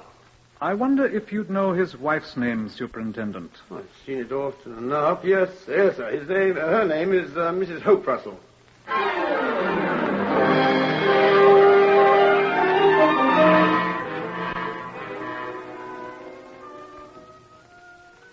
In The Pirates of Penzance, Gilbert and Sullivan complain bitterly that a policeman's lot is not a happy one. I subscribe most heartily to that sentiment. I would like you to hear Chief Inspector Purcell's report to me, just as he gave it, in my office. Well, Purcell, I said, did you find our Mr. Stanley Russell all right? Not there.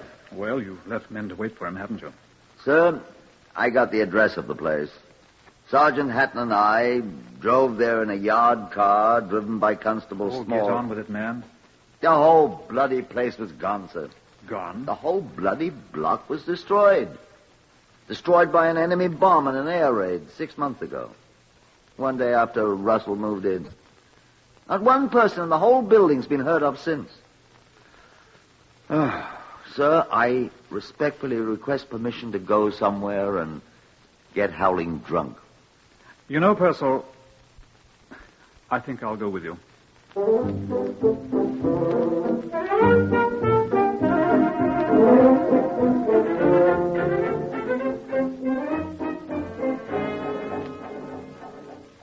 But we didn't. We sat quietly in Commander Bird's office and thought long, dark thoughts. After a while, Keith Briggs, the pathologist, observing the light inside, stopped by, and almost at the same time, John Davidson from the Black Museum came in to see what was up. Nothing's up, John, I said. On the contrary. What happened? Purcell was just telling Keith here. The chap is a Blitz casualty. Dead? And may God have mercy on his soul. I'd rather hope to hear a bloke in a black cap say that, Keith. I thought we had him, dead to rights. Oh, don't be so bloody American. I think we could have proved it. He strangled her, then hid her body in the vault. Took her handbag to Guilford and lost it in the post office there. Cleverly putting Scotland Yard off the scent. Timing was a little bad. And then when the Blitz came... Tried quicklime first, didn't work. Blitz came, and he set her afire. If he'd been a better fire watcher and not hiding in a hole somewhere, he'd have known there was no fire that night. Yeah, but he wasn't a good fire watcher. Wasn't good at anything. I wonder... What do you mean, John? Well, if I'd strangled my wife and burned her up, which God forbid, because I haven't one, I'd be very happy to have people think I was dead. If I'd hear that my home was destroyed and everybody in it dead, I should be delighted, most delighted. I'd change my name. Not in wartime, you wouldn't. That's right. Identity cards and ration books. Absolutely. I'd forgotten. Getting new ones in the name of Harry Hawkins or Sam Small would be difficult. But even Scotland Yard would stop looking for me if they thought I was dead. Wouldn't they, Commander Bird? And you'd go around buying new clothing and whatnot, if you could, and presenting your own ration book in your own name, and... Where are you going, Purcell? I'm going to stagger home through the blackout, sir, with your permission. I've a large number of men's clothing stores to interview beginning tomorrow, and I'd like to get a good night's sleep. Good night, all.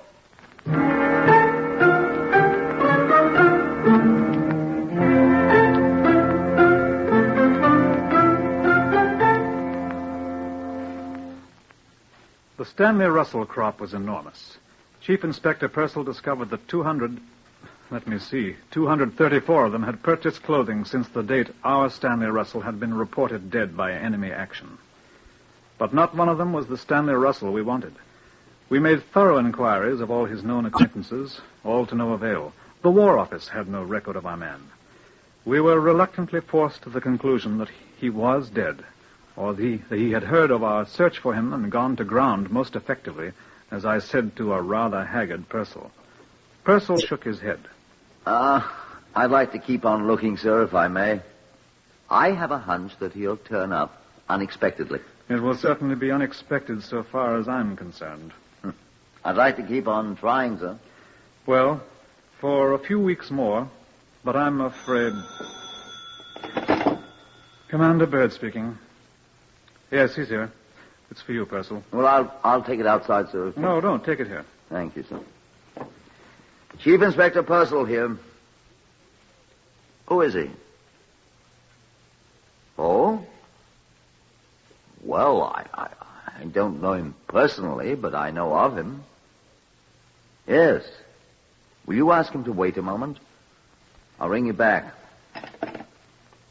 Sir. Yeah? I've never been so shocked in all my life. Oh, really? What's happened? Somebody dead? Somebody's alive. What? If I'd heard this on the radio, I wouldn't have believed it. Well, what's happened? Mr. Stanley Russell is calling on us. Well, Brother Purcell, let him enter and be received in due form. Will you show Mr. Stanley Russell in, please? Thank you. You sound like a spider, Purcell. Thank you, sir. I feel I am. And a chair for our guest. You think I sound like a spider? Come in. Mr. Stanley Russell, sir. Good morning, gentlemen. I was looking for Inspector Purcell. Come in, sir. I'm Chief Inspector Purcell. How do you do, sir? And this is Commander Bird. Good morning. Good morning, sir. May I sit down? Thank you. Does one smoke in here? Yes, by all means. Will you try an Abdullah? I'm afraid I always smoke woodbine.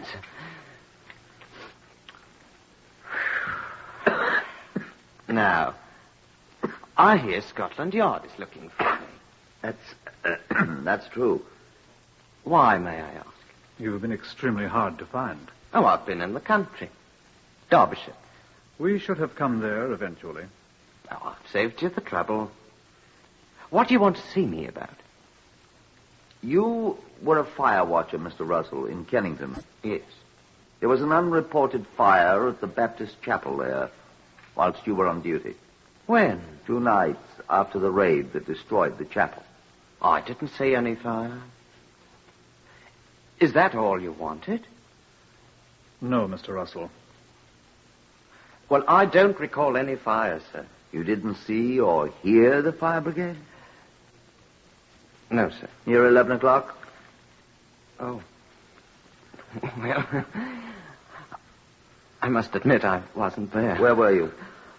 I did see the fire brigade moving away when I came back, but... Where were you? Oh, I was out of cigarettes, and I strolled around the corner to see if I could borrow 1 or 2 from the fire watcher at post 4. He says he never saw you, Mr. Russell. Oh, he's probably forgotten. It's a long time ago. He will swear he didn't see you that night. Well, the fire obviously didn't do any damage. A woman was burned to death in it. Murdered? Do you know anything about it? Of course not. I'm very sorry to hear that anything like that... The woman was your wife. May I have 1 of your cigarettes, please? Thanks. So that's what became of her. Do you know anything about it? I'm afraid I must disappoint you, gentlemen. I wasn't on very good terms with her. We know that. I'm afraid I've no tears for her. She was... Oh, well, she's dead now. I shan't say anything. Naturally, I'm shocked. Naturally. But I'm afraid I'm not sorry. Do you know anyone who would have had a motive for murdering him? You had a motive, didn't you, Mr. Russell? I can see how you might think so, but I didn't murder her, I assure you. When did you last see her? I don't really remember. Several months before she was murdered, I think. How do you know she was murdered? Why, you said so. Did I? Oh, I would have had good cause to, Inspector, but I'd have been a fool to do it now, wouldn't I? Yes. Well, Mr. Russell, thank you for coming to see us. If there is anything else you remember, please come back and see us again. I think that's all for now. How can we find you if we need you? We may want your corroboration of certain facts. Well, I'll write down my address, sir. It's a sad affair, and you have our sympathy. Thank you, sir. I admit I'm terribly shocked. Of course. Well, here's the address and telephone number, sir. Thank you. Feel free to call on us at any time. Goodbye. Well, goodbye, gentlemen. I was merely trying to do my duty. Oh, you've done it admirably, sir. Goodbye. Well, thank you. Well. He's a liar. I know it. May I ask why you... Why I let him go? He thinks he's got us completely fooled. He'll be back with more helpful information. Come in, Mr. Russell. I just remembered something that might be of importance. Come in. I remembered that an old straw palliasse, a mattress I used to catch 40 winks on, it was stolen about that time. Oh. Could that have been used to stop the fire? Did you find it? Yes, we found it. Oh, that's good. Well, I must go now. Oh, by the way, was the body destroyed? By the quicklime? Yes. What's the matter? You are a very clever man, Mr. Russell. Much too clever for your own good. Why? Why, may I ask? No one had mentioned quicklime, except you. Well, I thought... I mean... I didn't... I wasn't even there. I tell you, I didn't touch her. I said you were much too clever for your own good. You think I didn't strangle her? Go ahead, Chief Inspector. Stanley Russell, I arrest you on the charge of willful murder. I didn't do it. And I warn you that whatever you say will be taken down in writing and may be given in evidence.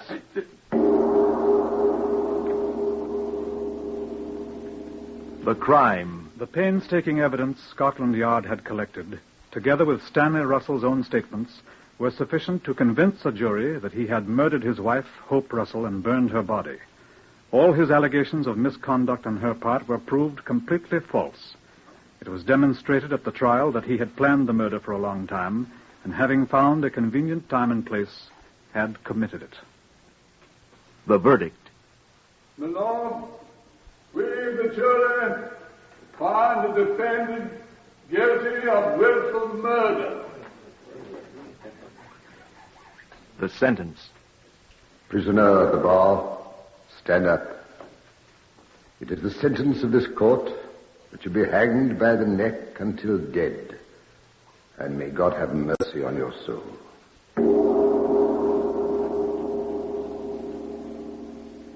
You have heard the true story of case number 397MR381 from the files of Scotland Yard. The names of the participants have, for obvious reasons, been changed. Starting next week, Whitehall 1212 will be heard at a new time, 5 p.m. Eastern Standard Time. Research by Percy Hoskins of the London Daily Express. Stories for radio written and directed by Willis Cooper. Next, listen for Tales of the Texas Rangers on NBC.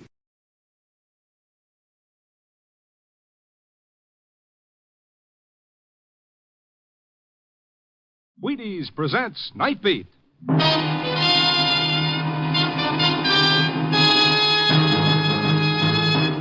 On stage tonight, transcribed from Hollywood, Night Beat, another in the Wheaties' big parade of exciting half-hour presentations.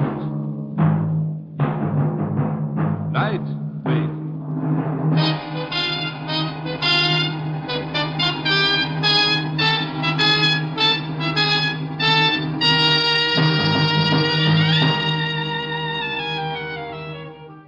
Hi, this is Randy Stone. I cover the Night Beat for the Chicago Star. Stories begin in many different ways. This one began when a man who wanted to play king and ended with a real king taking top billing. Old King Death. Night Beat, starring Frank Lovejoy as Randy Stone.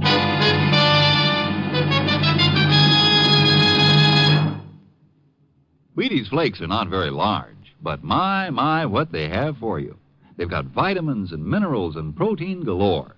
They've got crispness and a nut-like taste. And they're flake after flake of genuine fun. Breakfast fun. Like when you slice bananas on Wheaties and pour on the milk and spoon into 'em and chomp down on 'em. What could be more eating fun and still be so good for you?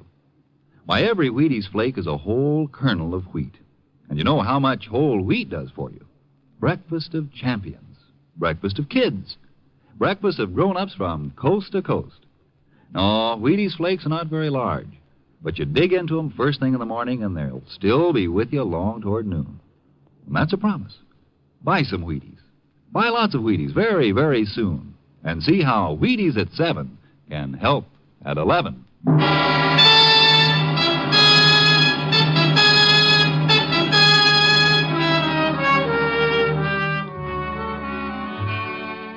Chicago's theatrical district at night is a river of light, flashing marquees, and gay crowds. But through it flows a deep current of hunger and disenchantment, illusion and hope. Yes, hope, forever dying, but never quite dead. There was hope, a strained, threadbare hope on old Max Saracen's face as I crossed Randolph Street and saw him buttonholing Charles Kelsey. Kelsey's a play producer, currently more famous for the frequency of his marriages than those of his stage hits. As I strolled up, Max had one hand on Kelsey's arm, his gaunt, bearded face eager and anxious. You should have notified me, Charles. I certainly would have appeared at the tryouts if I'd known they were being held. Surely it's not too late. I'm sorry, old boy.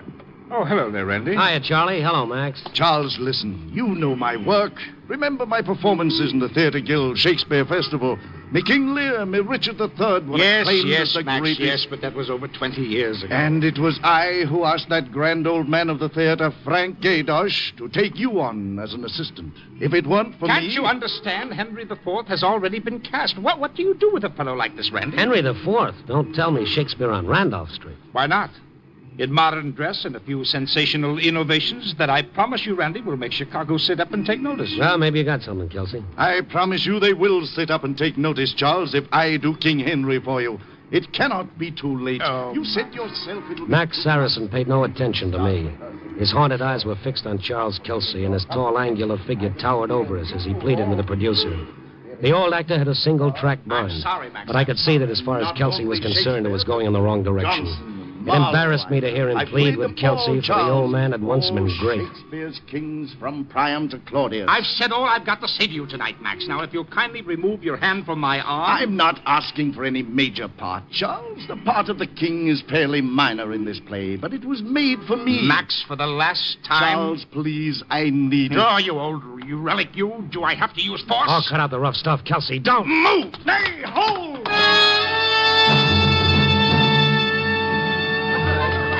The old man changed before my very eyes. It was frightening. He was suddenly a giant, taller and broader than I'd ever seen him, the stoop in his back gone and rage blazing from a face of iron. He stood like a king in majestic wrath, his eyes darting about until he spotted Charles Kelsey pushing his way through the crowd. Hold, you foul, fat-witted dog! Stop! Max, wait! Keep away. Take your hands off me. Max, don't be a fool. I'm warning you, Max. I don't want to hurt... Help! Help me! Max, stop it. Stop it. You're killing him. Max staggered back as I drove my shoulder into his chest, and Kelsey dropped to the pavement, still kicking. I hurried Max across the street where my car was parked and took off just as a cop showed up. When we got out of traffic, I headed out Sheridan Road along the lake.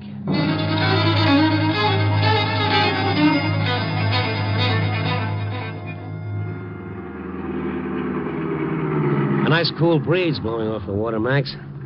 Feel better? Why, yes. I feel all right. You're Randy Stone, the journalist. Who did you think it was? I just didn't... what happened? What do you mean, what happened? You had a little argument. Max, look at me. Don't you remember? Oh, what time is it? Wait, it's nearly 8. Oh, I'm late. How could I have forgotten? What? I was going to see Mr. Kelsey, Charles Kelsey, you know, the producer. Oh, I see. He's opening with the production of Henry IV. You've probably heard about it. Yeah. Now, look, Max, why don't you join me in a bite to eat at Mr. Joe's? What do you say? Why, what time did you say it is? It's about 8. 8. He often works late. Yes, of course. My dear lad, would you mind dropping me by Charles Kelsey's office on Randolph Street, the Warwick Building? I may catch him yet. Well, look, we can call him up and... Uh-oh. Eh?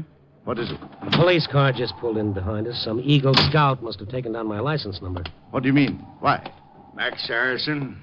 Yes, I'm he. All right, climb out. What? I? Now, look, officer. What's the meaning of this? The meaning is you're under arrest. They bundled Max into their car and drove off. I tailed them to headquarters where Max was booked for simple assault, a misdemeanor, and held on $50 bail.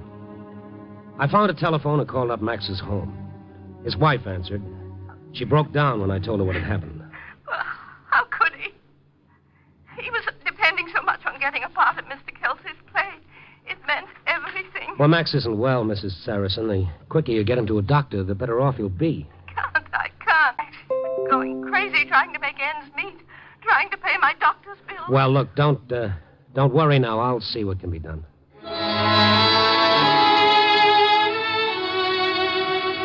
Well, what could I do? Not much. So I went to the office. I touched a few of the boys for a 5 here, a 10 there, until I had it. Then I went back to headquarters. The desk sergeant stared at the money. What's this? Max Saracen's bail. You can turn him loose. I turned him loose about 20 minutes ago. What? Sure, Kelsey dropped the charges. Oh, I see. He must have finally figured out which side his publicity was butted on. Max go home? I don't think so. Kelsey sent a limousine over to pick him up. He wants to see him. Kelsey? Wants to see Max? Well, that's what the chauffeur said. You know, Stone, I'm beginning to wonder if I did the right thing. The old man didn't seem right in the head. I'm kind of worried. You're worried. So long, Sergeant. Hey, where are you going? To Kelsey's office before Max kills him.